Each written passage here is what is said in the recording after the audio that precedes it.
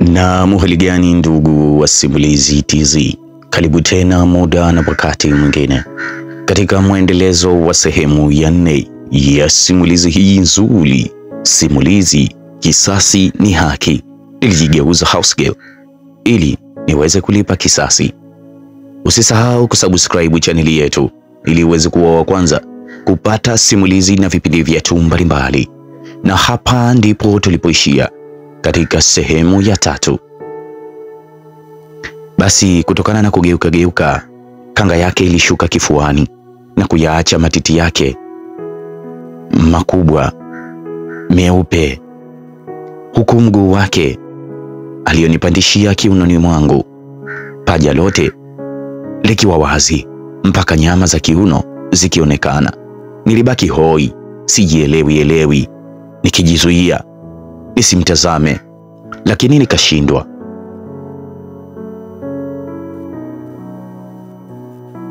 Hapo ndipo tulipoishia.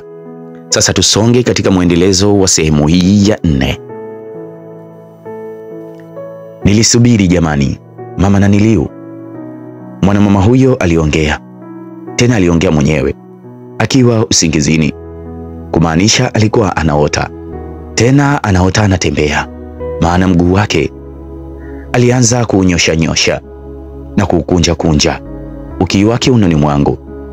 Nikaushika kutaka kutoa, lakini nikaogopa huenda nitamwamsha na kumkatisha usingizi wake ambao sijui atatumia muda gani kutafuta upya.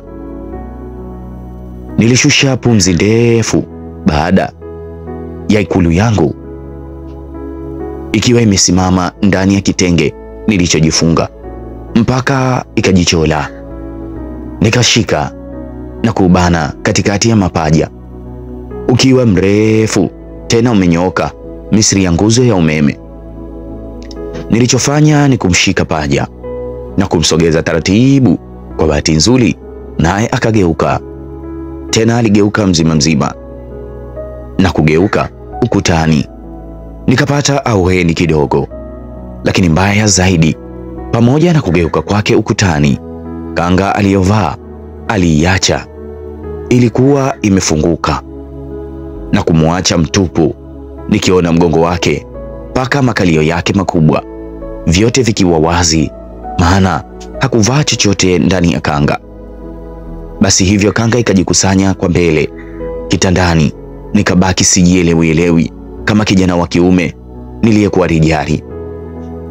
Mambo hayakuwa mazuri kwangu kabisa, na mara nikamwona mwanamama Priska akinyoosha mkono wake na kujikuna kwenye makalio yake, tena pale katikati akiwa bado yupo singizini.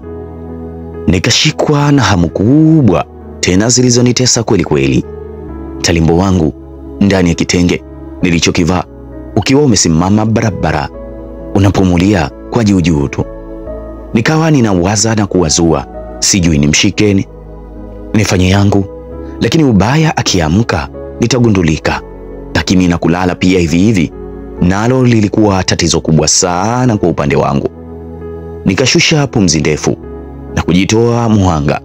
Nikanyoosha mkono wangu kwa machale na kuanza kumpapasa taratibu kwenye makalio yake, huku nikijaribu kuvuta hisia zangu.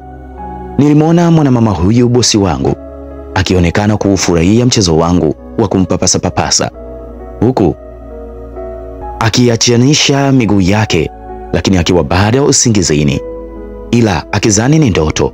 Nami niliendelea kumpapasa taratibu, huku nikijifariji kwa kujishika, maana hali ilikuwa sio hali. Muda huo nikaona mlango ukifunguliwa taratibu bila kelele. Haraka nikaacha kumpapasa mwanamama Priska na nikatoka mkono wangu mwingine ndani ya kitenge, na ndipo nilipomuona mzee Nguza akichungulia. Alikuwepo pale mlangoni na kuingia kwa kunyata, ila alipomuona mkewe akashtuka, na wakati huo mkewe aliinuka kitandani akikaa kitako.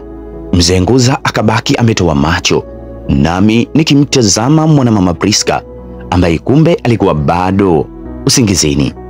akageuka tu na kulala tena. Ndipo mzee Nguza akiwa ameganda kwa kunyata, kisha mzee huyo akaniita kwa mkono akinitaka nitoke chumbani ili niweze kumfuata. Njoo basi nikwambie kitu Betina, mzee huyo bila aibu aliniambia kwa kunong'ona, baada ya kuona kama simuelewi ishara aliyokuwa ananionyesha. Nami nikamwonyesha ishara ya mkono kuwa atoke, nitatoka kumfuata mzee huyo. Akatikisa kichwa na kutoka chumbani taratibu na kurudisha mlango bila kupiga kelele. Nami nikamtazama mkewe, mwanamama Priska, alikuwa bado anauchapa usingizi. Taratibu nikashuka kitandani bila kumwamsha mwanamama huyu, kisha nikatoka chumbani kwa mwendo wa kunyata. Kwa bahati nzuri mlango sio kupiga makelele. Nikamkuta mzee Nguza akiwa amesimama, naye akinisubiri nikiwa tayari nimeshaweka matambara yangu vizuri ndani ya kitenge nilichokuwa nimekivaa. Tena nikakuta mzee huyo amezima taa ya sebuleni, kukiwa na giza totoro. Akanivuta kwenye kona.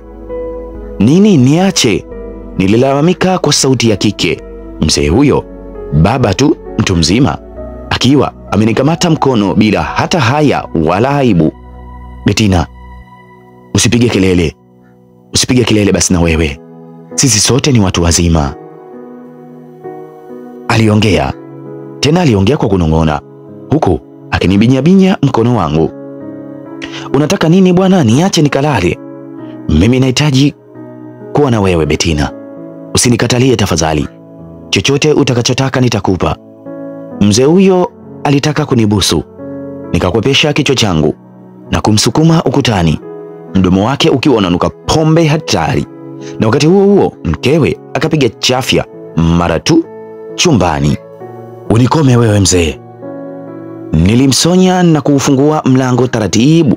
Nikarejea chumbani nikimwacha anajikunakuna ndevu zake. Niliporejea chumbani nikamkuta mkewe anajigeuza na kitanda chote ameenea yeye. Yaani ni mlalavi mno, tena mlalavi sana mama huyo, safari hii akiwa mtupu kama alivyozaliwa. Nami nikapanda kitandani na kumsogeza kidogo, kisha nikalala mahali pangu. Nilipolala tu, mwanamama huyu kama kawaida yake akanigeukia mzima na kunikumbatia akiwa anaendelea kuuchapa usingizi, kifua chake kikiwa usoni mwangu, matiti yake yakiwa kwenye mdomo wangu. Nikabaki nimetulia tuli, huyu mama huyu akiwa bado anauchapa usingizi. Lengo la kuja ndani ya nyumba hii ni kumharibia huyu mzee profesa ambaye alinisababishia nifeli mtihani kwa makusudi. Kisha msichana wangu ambaye naye alikuwa ni mwanachuo.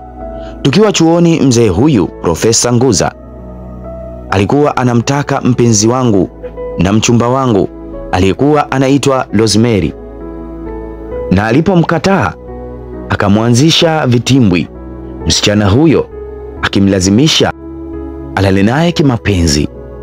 Na alipogundua kuwa Rosemary ni mchumba wangu, naamini akaniingiza kwenye vitimbwi hivyo na kunifelisha mitihani kwa makusudi, mpaka akasababisha nifukuzwe chuoni kwa tuhuma za uzushi, kuiba laptopu na vifaa vingine ofisini kwake.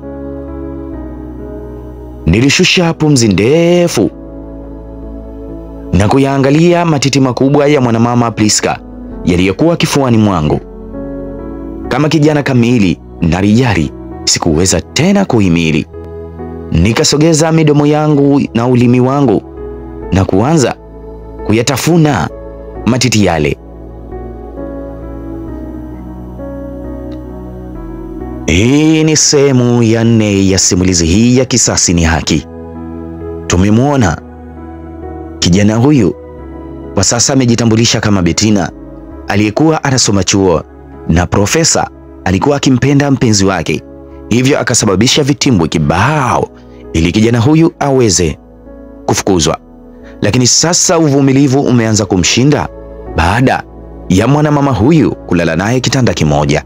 Je, atafanikiwa? na nini kitaendelea?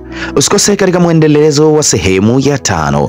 Mimi langu jina ni Mr. A Romantic kutoka hapa Simulizi Tz. Asante na kwaheri.